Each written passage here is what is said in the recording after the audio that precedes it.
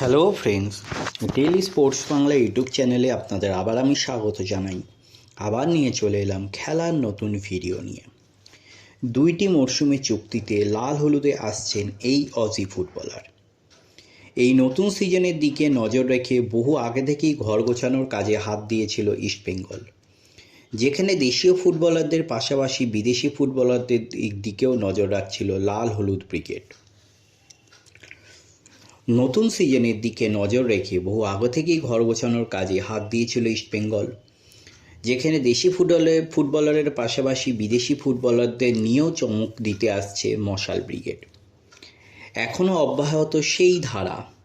এবার ক্রিস ইকোনমিডিসকে দলে সই করালো গতবারের আইএসএল জয়ীরা। আজ কিছুক্ষণ আগেই নিজেদের সোশ্যাল সাইট থেকে তার যোগদানের কথা স্পষ্ট করে দিয়েছে ম্যানেজমেন্ট। সেই অনুযায়ী এবার দুইটি সিজনে কলকাতা ময়দানের এই প্রধানের জার্সিতে খেলতে দেখা যাবে আপফ্রন্টের এই ফুটবলারকে। একটা সময় সাদারল্যান্ড সার্ক এফসি থেকে উঠে এসেছিলেন এই ফুটবলার। পরবর্তীতে আটলান্টা থেকে শুরু করে লাজিও, প্রাট গ্লোরি সহ ওয়েস্টার্ন সিডনির মতো দলের হয়েও খেলেছিলেন তিনি।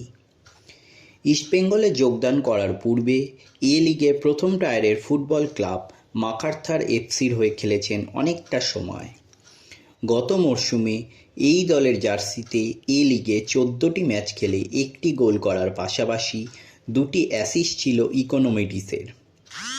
এবার ইস্টবেঙ্গলের জার্সিতে নিজের সেরাটা দেওয়ার টার্গেট থাকছে বছর 31-এর এই তারকার। ভারতীয় ফুটবল সার্কিটে নিজেকে কতটা মেলে ধরতে পারেন সেটাই দেখার। বলা বাহুল্য, আগের মরশুমে অনবদ্য ফুটবল খেললেও বারংবার ট্রফি হাতছাড়া হয়েছিল ইস্টবেঙ্গলের। ডুরান্ড কাপ থেকে শুরু করে আইএফএ শিল্ড হোক কিংবা সুপার কাপ, সেই ধাক্কা কাটিয়ে পরবর্তীতে দেশের প্রথম ডিভিশন ফুটবল লিগ তথা আইএসএল চ্যাম্পিয়ন হয় মশাল ব্রিগেড। সেই ছন্দ বজায় রাখার চ্যালেঞ্জ নিয়েই এবার অ্যান্তোনিও লোপেস হাবাসের হাতে দলের দায়িত্ব তুলে দিয়েছে ম্যানেজমেন্ট।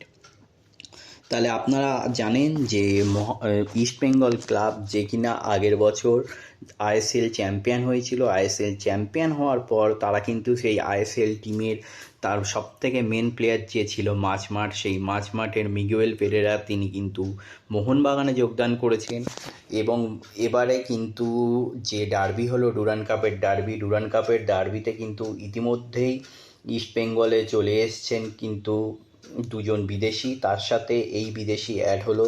তাহলে এখন দেখার যে ইস্টবেঙ্গলের পরবর্তীতে আরও যে বিদেশি আসবে, সেই বিদেশিরা এসে ইস্টবেঙ্গল দল কতটা তৈরি সেইটা দেখার জন্য। তাহলে এই হলো আজকে আমার ভিডিও। আবার বলছি, আমার চ্যানেল যদি আপনাদের ভালো লেগে থাকে অবশ্যই আমার চ্যানেলটিকে সাবস্ক্রাইব করে নিয়ে পাশে রাখা বেল আইকনটিকে ক্লিক করে দেবেন, যাতে সবার প্রথমে আপনারা আমার ভিডিও দেখতে পান। ধন্যবাদ।